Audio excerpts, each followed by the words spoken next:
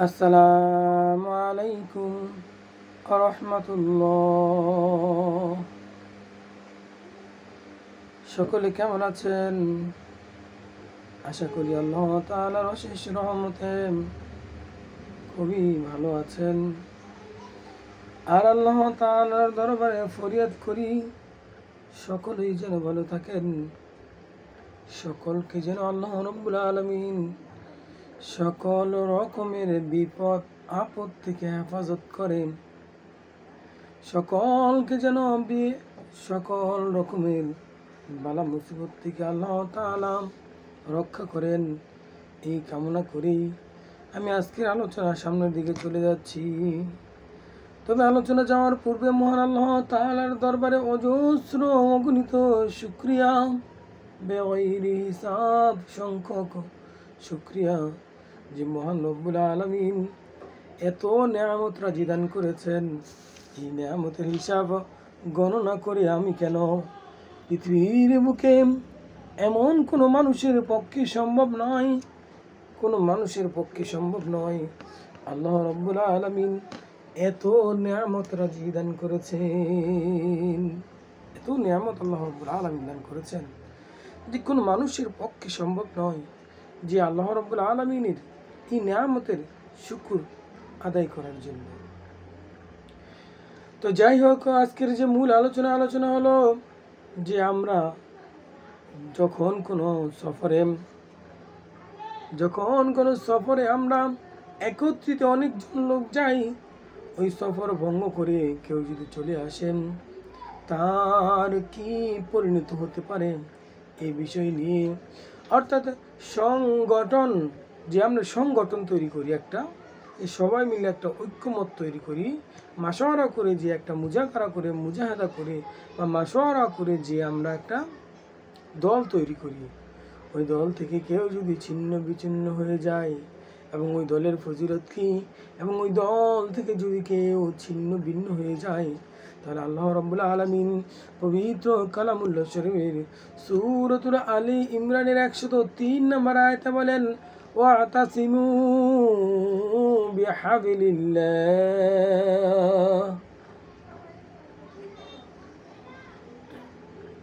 তোমরা সংবদ্ধভাবে আল্লাহর রজ্জুকে ধারণ করো।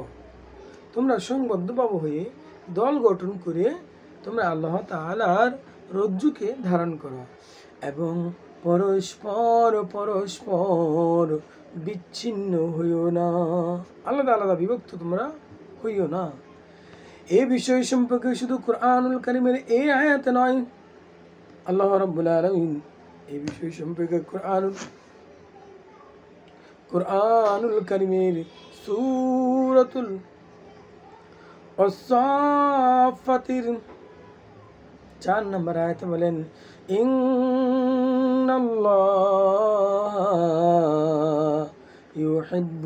ইউহিব্বুল্লাযীনা ইউকাতিলুন ফি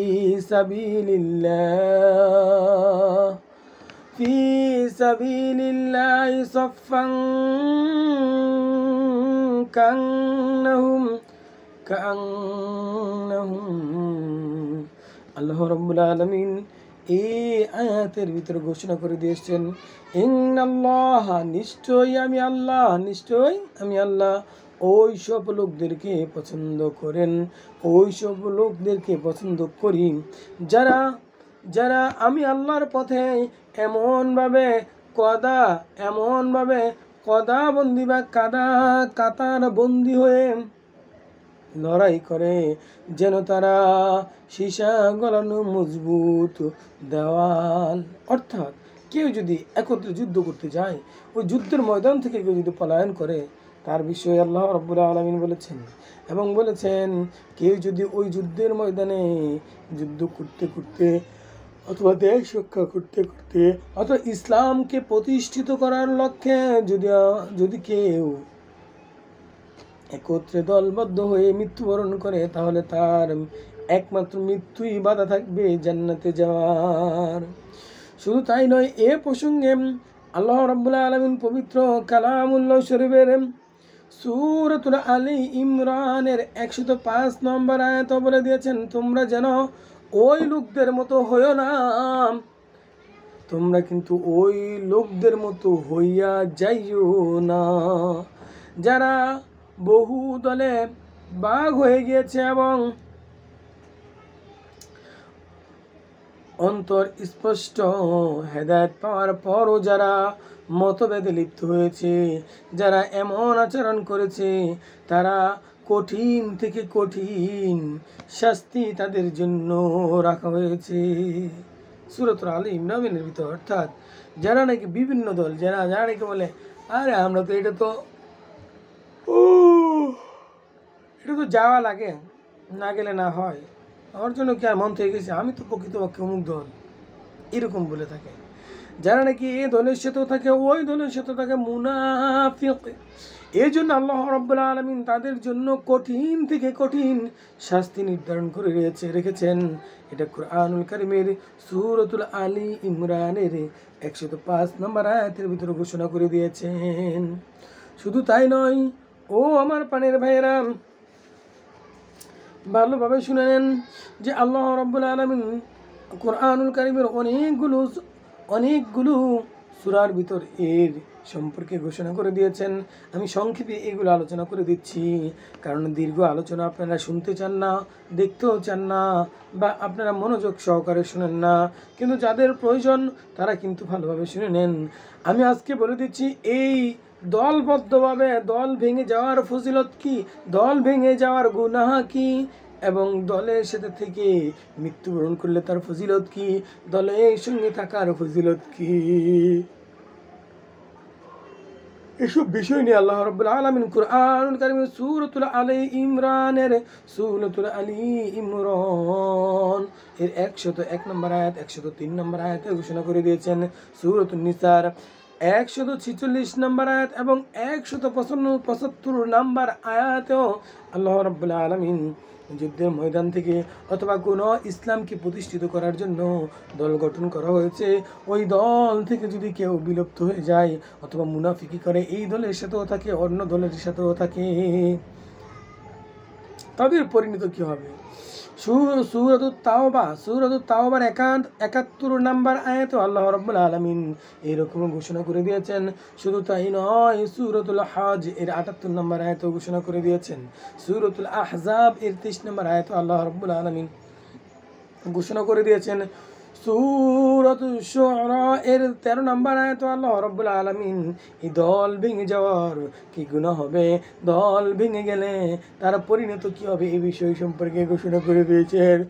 সূরাতুল মুমিনের 72 নম্বর আয়াত এবং সূরাতুল সাফফাতের 4 নম্বর এবং 14 নম্বর আয়াতেও আল্লাহ রাব্বুল আলামিন স্পষ্টভাবে ঘোষণা করে দিয়েছেন, তোমরা যদি যুদ্ধের ময়দান থেকে তোমরা যদি কোনো দল গঠন করে থাকো ইসলামকে প্রতিষ্ঠিত করার জন্য, ওই দল থেকে যদি তোমরা পলায়ন করে থাকো, তাহলে তোমাদের কি কি শাস্তি ভোগ করতে হবে, এই বিষয় নিয়ে আমি আল্লাহ রাব্বুল আলামিন পবিত্র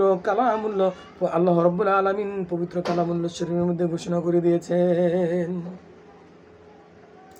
চারটিখানি কথা আমরা মনে করি, চারটিখানি কথা নয়। এ প্রসঙ্গে হযরতে আবু হুরায়রা, এ প্রসঙ্গে বিশ্বনবী মুহাম্মদ রাসূলুল্লাহ সাল্লাল্লাহু আলাইহি সাল্লাম অনেকগুলো হাদিস বর্ণনা করে গিয়েছেন। তার মধ্যে একটা হাদিস হলো হযরত আবু হুরায়রা রাদিয়াল্লাহু তাআলা আনহু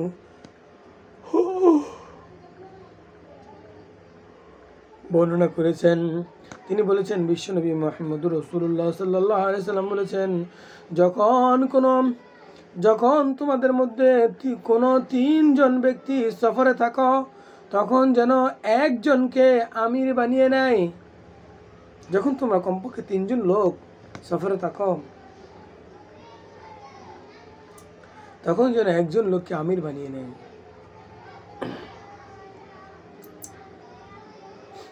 কেন এই আমির বানানোর ফজিলত কি? আবু দাউদ শরীফ, বানু বিল নিদাইন ইনদালিফিনিয়া খাইলিক কবির। শুধু তাই না, হযরত আবু যর গফারি রাদিয়াল্লাহু তাআলা আনহু তো বর্ণিত, তিনি বলেন, আমার নবী, আপনার নবী, বিশ্ব নবী মুহাম্মদ রাসূলুল্লাহ সাল্লাল্লাহু আলাইহি সাল্লাম বলেছেন, কি বলেছেন জানেন?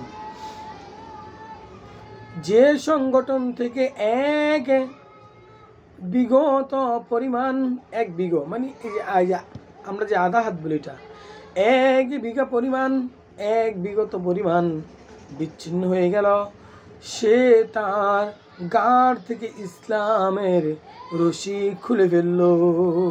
সে তার গাড় থেকে ইসলামের রশি খুলে ফেলল।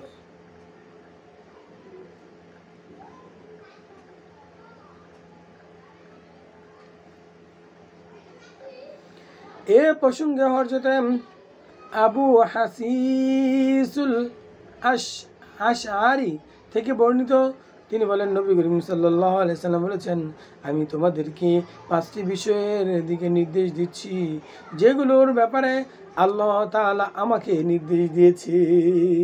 এক, জামাতবদ্ধ হবে, নেতার আদেশ মন দিয়ে শুনবে, তার আদেশ মেনে চলবে, আল্লাহর পথে হিজরত করবে। আর 5 নম্বর হলো আল্লাহর রাস্তায় জিহাদ করবে।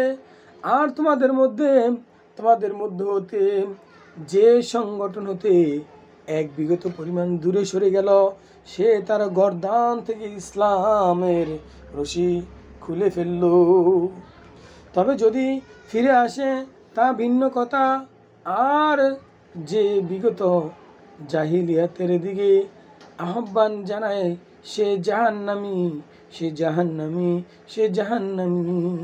সাহাবায়ে কেরাম বলেন, ইয়া রাসূলুল্লাহ, ইয়া হাবিবাল্লাহ, সে যদি রোজা রাখে, নামাজ পড়ে, এরপরও কি? রাসূল সাল্লাল্লাহু আলাইহি সাল্লাম বললেন, যদি রোজা রাখে, নামাজ পড়ে এবং নিজেকে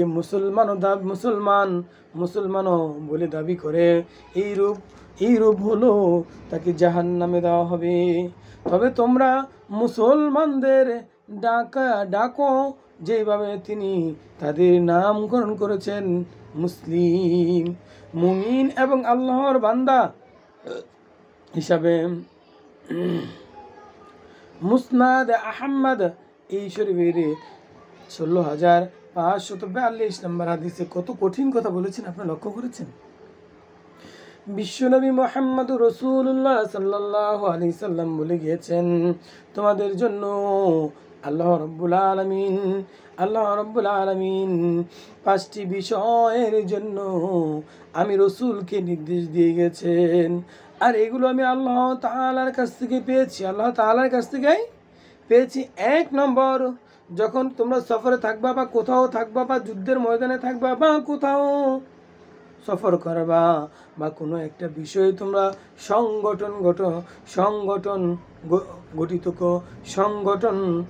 গঠিত হইবা, তখন তোমরা জামাতবদ্ধভাবে করিও।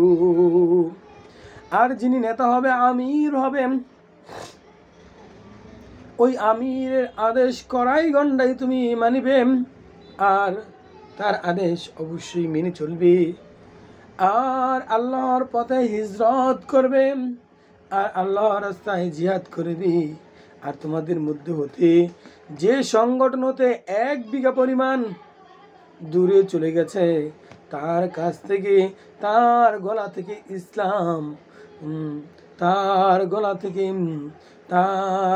গলা থেকে ইসলামের রশি খুলে ফেলে। তবে যদি ফিরে আসে তা ভিন্ন কথা। যাই হোক, যে আল্লাহ রাব্বুল আলামিন বলেছেন যে আমরা সফরে বা কোথাও যদি যাই, তা থেকে যদি পলায়ন করি বা তা থেকে যদি সফর অবস্থা থেকে যদি আমরা চলে আসি, তাহলে আমাদের জন্য জাহান্নাম নির্ধারিত। যাই হোক, এ প্রসঙ্গে আরো অসংখ্য হাদিস রয়েছে। এ প্রসঙ্গে আবু হুরায়রা রাদিয়াল্লাহু তাআলা আনহু হতে বর্ণিত, তিনি বলেন, আমি রাসূল করিম সাল্লাল্লাহু আলাইহি সাল্লামকে বলতে শুনেছি, যে ব্যক্তি আমিরের আনুগত্যকে অস্বীকার করত, জামাত পরিত্যাগ করলো এবং সেই অবস্থায় সে মারা গেল, সে জাহিলিয়াতের মৃত্যুবরণ করল। মুসলিম শরীফের হাদিস। 4টি কথা। হযরত আবু হুরায়রা রাদিয়াল্লাহু তাআলা আনহু হতে বর্ণিত, তিনি বলেন বিশ্বনবী মুহাম্মদ রাসূলুল্লাহ সাল্লাল্লাহু আলাইহি সাল্লাম বলেছেন, যে ব্যক্তি আমিরের আনুগত্যকে অস্বীকার করলো, জামাত পরিত্যাগ করলো এবং ওই অবস্থায় আমিরের যে ব্যক্তি আমিরের অনুগত্যকে অস্বীকার করলো এবং জামাত পরিত্যক্ত করলো এবং সে অবস্থায় সে মৃত্যুবরণ করলো, সে জাহিলিয়াতের মৃত্যুবরণ করলো। এই আমি যে জাহিলিয়াত আছে, ওই জাহিলিয়াতের যে মৃত্যুবরণ, জাহান্নামী, চিরস্থায়ী জাহান্নামী।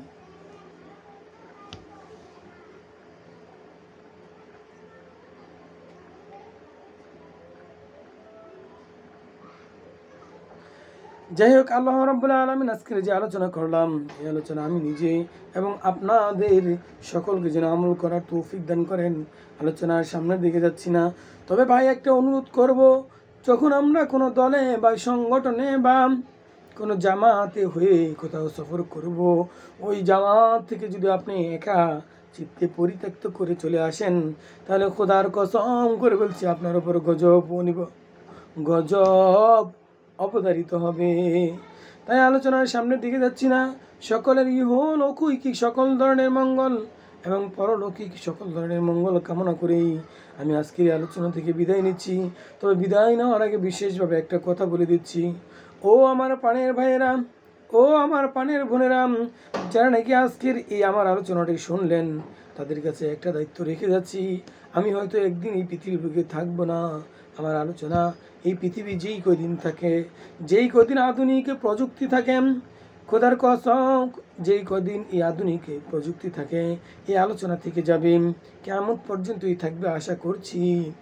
তাই আমি বলবো, আপনারা যারা এই আলোচনাগুলো শুনলেন, আল্লাহ রসুল সাল্লাল্লাহু আলাইহি সাল্লামের বিভিন্ন হাদিস এবং আল্লাহ রাব্বুল আলামিন কুরআনুল কারীমের কোন সূরার কোন আয়াতের ভিতর এই বিষয় নিয়ে আলোচনা করে তুলে ধরেছেন, এই বিষয় নিয়ে আংশিকভাবে একটা আলোচনা করে তুলে ধরেছি।